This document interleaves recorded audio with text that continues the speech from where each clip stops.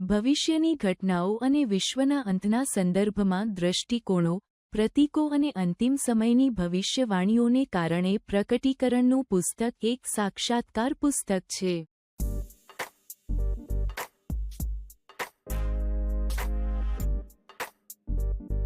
ઈસુ ખ્રિસ્તના Bible અભ્યાસના પ્રકટીકરણમાં આપનું સ્વાગત છે.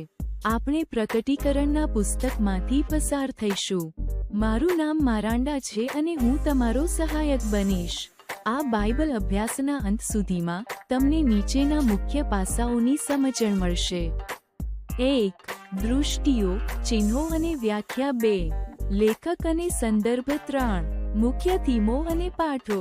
હવે ચાલો શરૂ કરીએ.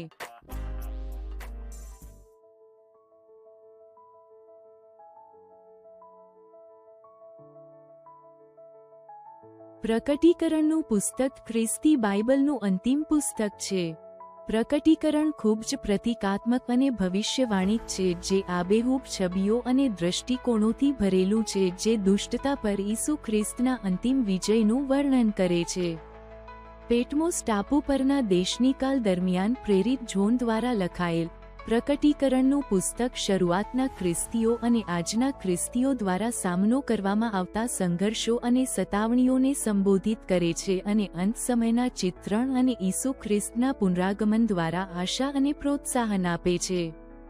આ વિડીયોમાં હું આ બાઇબલ અભ્યાસ શ્રેણી દરમિયાન અમે ઊંડાણમાં શોધી શકવાના મુખ્ય વિષયોને રજૂ કરીશ.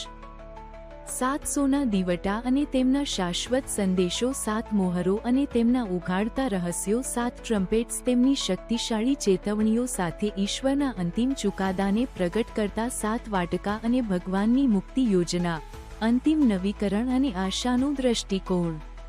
પ્રત્યેક થીમ પ્રકાશના પુસ્તકનું એક મહત્વપૂર્ણ ટુકડો છે અને મળીને તે ભગવાનની વફાદાર સ્નેહ અને શાશ્વત વિજયનું વચન કહે છે.